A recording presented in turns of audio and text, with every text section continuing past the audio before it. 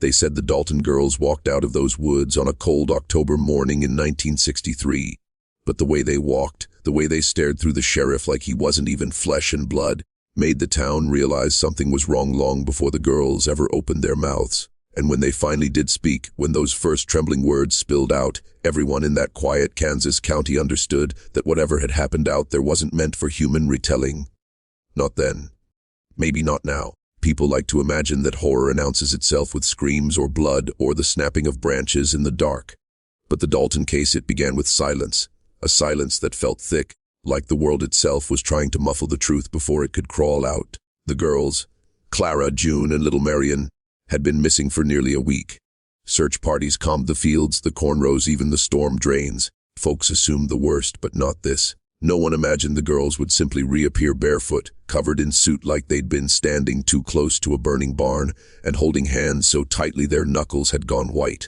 The sheriff, Hank Whitman, recalled later that the oldest girl, Clara, kept looking over her shoulder at nothing, as though something was still walking behind her, as though something might speak if she didn't speak first. When he asked them where they'd been, June started crying so violently her body shook. Marion, who was only 7, whispered a single word, under. No one knew what she meant. The sheriff tried to pry their hands apart, but the girls screamed and clung tighter, as if separating them would pull something loose that had followed them back from those woods. It wasn't until they were taken into the sheriff's office, wrapped in blankets, sipping warm milk, surrounded by adults who believed they were safe, that Clara finally spoke. And even then, she didn't tell a story. She confessed, not like a child confessing to breaking a window or sneaking candy from the store, but like someone admitting a sin older than their own lifetime. A sin passed down, buried, inherited. What she said next would fracture the Dalton family forever and convince half the county that the woods behind their farmhouse were hiding something that had always been there, long before the girls ever disappeared. Clara's voice wavered at first, thin and breathless, as though every word weighed more than she could physically lift. She said they hadn't been lost, they hadn't been kidnapped, they had gone back. That's how she phrased it, back. Like the place they vanished to wasn't new at all, but something familiar, something inherited. Sheriff Whitman tried to get her to slow down, but she kept talking, pouring out a truth that didn't sound like it belonged to a 14-year-old girl or to anyone living. She said the Dalton women had always heard things beneath the soil, not voices, not exactly, more like memories that didn't belong to them. Their mother had warned them never to follow the sound, never to answer it, especially near the old root cellar behind the farmhouse. But the night they vanished, their father had been drinking again, yelling about the land not being ours, about debts older than our name, words the girls didn't understand. When he slammed the back door and stumbled out into the dark, the ground seemed to hum beneath their feet. Not loud but steady, rhythmic calling, and the girls followed. June kept shaking her head as Clara spoke, whispering, "Don't say it, don't say it." But the sheriff pressed, and curiosity has always been the cruelest thing in these kinds of stories. The kind that feel like they should have stayed buried. Clara said they walked to the cellar. The door was already open, and they heard their mother's voice calling from below. Only it wasn't her mother's voice the way you recognize someone you love. It was warped, stretched thin, like the echo of a woman who'd been calling for too many years. Marion tugged at Clara's nightshirt and asked if Mama was hurt. June begged them to go back inside, but Clara stepped down onto the first dirt step and the ground didn't feel cold. It felt warm. Alive, Sheriff Whitman asked what was inside. Clara refused to look at him. She said the cellar didn't go down the way it had before. It wasn't a room, it was a passage, and once they entered, the door closed behind them. Not slammed, slowly, as if something on the other side had been waiting for them to come home. That was when Marion started humming, a tune none of them knew, a tune their mother used to hum in her sleep. The sheriff asked what they saw in that passage, what was under, but Clara only whispered, "It knew our names before we said them." Clara said the passage stretched longer than the land itself, a narrow throat of packed earth where the walls pulsed faintly, like something buried was still breathing. June kept pulling at her arm, begging her to turn around, but Clara said she felt compelled. Not hypnotized, not tricked, recognized. As if whatever lived beneath the Dalton farm had been waiting specifically for them. The deeper they walked, the more the air changed. It wasn't damp like a normal cellar. It smelled like old wood and river silt and something else they couldn't name. Something metallic and ancient, like rusted chains soaked in water too long. Marion stopped humming then. She said a woman was walking beside them. Clara insisted no one was there, but Marion pointed straight into the dark, smiling like children do when they see something adults can't. And she whispered, "She's family."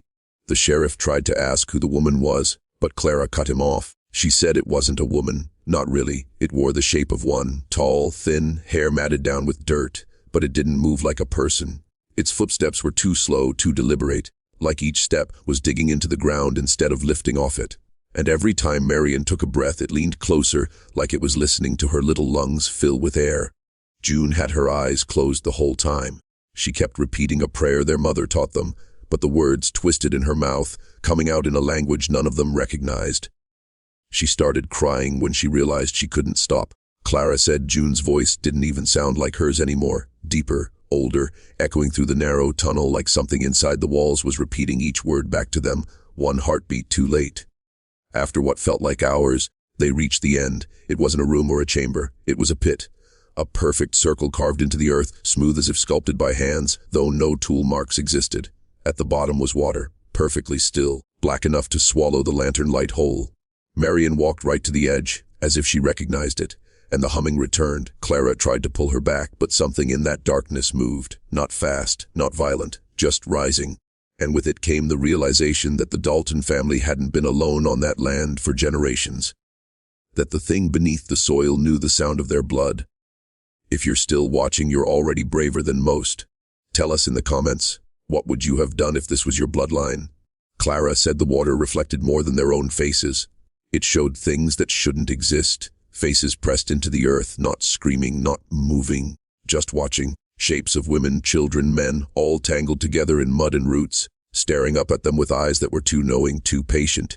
She said she felt their gaze following every movement, every heartbeat. She felt the passage itself leaning closer, as if the walls wanted to whisper secrets that would poison anyone who listened too long.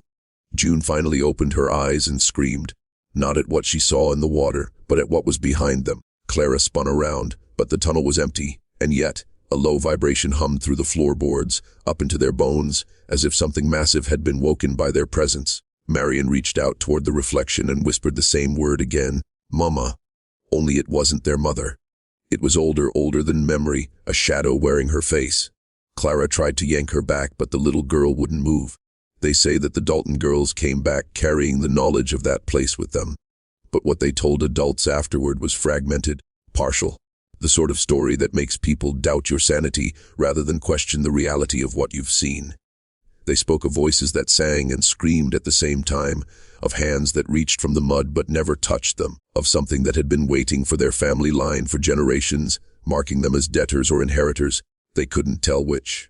The town couldn't handle it. Clergy were called, psychologists, county officials. Reports were filed, but they all ended the same way: the Dalton girls' words dismissed as fevered imagination, trauma, or hysteria. No one wanted to believe that the soil beneath a quiet American farmhouse could harbor something alive, something patient, something that remembers names whispered over decades and waits for the right ones to descend. But the Dalton family knew, and the girls never stopped hearing it. Clara said that night, when they finally returned home, the cellar door stayed closed. The pulse in the walls slowed, but it never stopped, and she admitted the most horrifying truth, that what lived beneath the Dalton land had followed them back. Not as a shadow, not as a ghost, but as a presence, quietly marking their days, waiting for them to remember what they had seen, waiting for the next generation to follow. Because some debts, some inheritances are never meant to be ignored. And if you listen closely, they say you can still hear it, under the Dalton's farmhouse, beneath the roots, calling out for the living to come home. And so the Dalton girls became living reminders of a secret most of the world refuses to see. They walked among the townspeople, smiled, went to school, but carried with them the weight of something that could never be spoken aloud. Generations of a family haunted not by ghosts in the conventional sense, but by something older, buried beneath their very land, waiting. History often forgets the quiet horrors, the things that don't make the newspapers, that don't leave bodies behind. But the Dalton story refuses to be forgotten. It lingers in the spaces between words, in the hush of a cellar, in the restless dreams of children who hear whispers they can't explain.